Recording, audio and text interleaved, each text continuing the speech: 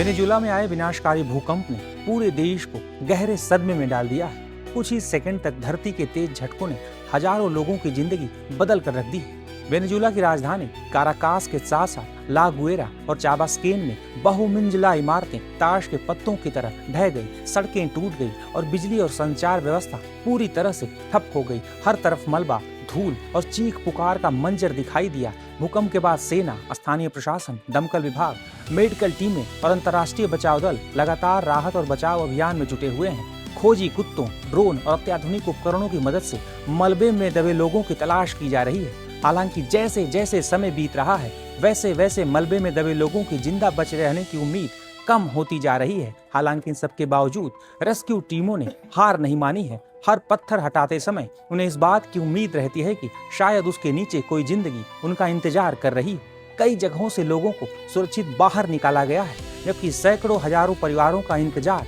अब भी खत्म नहीं हुआ है। इसी बीच रेस्क्यू ऑपरेशन के दौरान एक ऐसी तस्वीर सामने आई है, इसने पूरी दुनिया की आंखें नम कर दी है। ये कहानी एक माँ और उसके छोटे बेटे की है, जिसने मुश्किल की घड़ी में माँ के प्यार और त्याग की मिसाल पेश की है।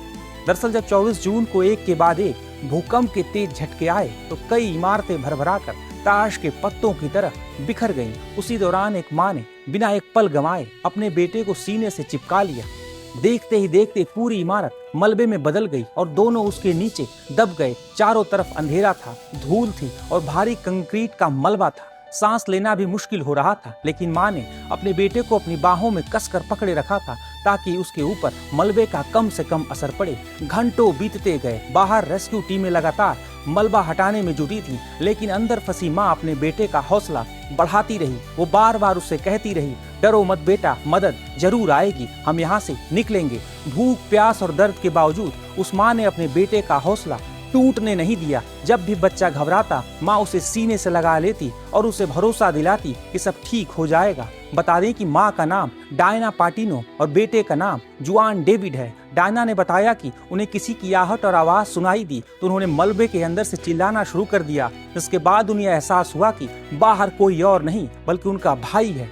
डायना के भाई ने उन्हें यकीन दिलाया कि वो उन्हें सुरक्षित बाहर निकाल लेंगे। उसके बाद रेस्क्यू टीमों की कड़ी मशक्कत के बाद आखिरकार डायना पाटिनो और उनके बेटे को सुरक्षित बाहर निकाला गया।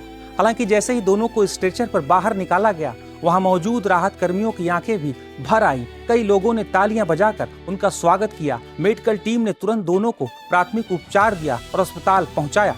डॉक्टरों के मुताबिक दोनों कमजोर जरूर थे, लेकिन उनकी हालत स्थिर थी। ये रेस्क्यू ऑपरेशन पूरे राहत अभियान की सबसे भावुक और प्रेरणादायक घटनाओं में से एक बन गया है, जिसकी वेनेजुएला ही नहीं बल्कि पूरी दुनिया में सराहना हो रही है। हालांकि वेनेजुएला के हजारों परिवारों की किस्मत इतनी अच्छी नहीं रही। कई लोगों ने अपने माता पिता, भाई बहन, बच्चों और रिश्तेदारों को हमेशा हमेशा के लिए खो दिया है। अस्पतालों के बाहर अपनों की तलाश में भटकते लोगों की आंखों में दर्द साफ दिखाई दे रहा है। राहत शिविरों में हजारों लोग खाना, पानी और दवाइयों के सहारे अपने दिन गुजार रहे हैं। छोटे बच्चे अपने परिवार से बिछड़ गए हैं, जबकि कई बुजुर्गों के सामने फिर से जिंदगी शुरू करने की चुनौती खड़ी हो गई है। जानकारों का कहना है कि भूकंप के शुरुआती 72 घंटे सबसे अहम होते हैं, लेकिन कई बार इससे भी अधिक समय बाद चमत्कारिक रूप से लोगों को जीवित बचा लिया जाता है। यही उम्मीद बचाव कर्मियों को लगातार काम करने की ताकत दे रही है। भूकंप से प्रभावित वेनेजुएला की मदद के लिए दुनिया के कई देश आगे आए हैं।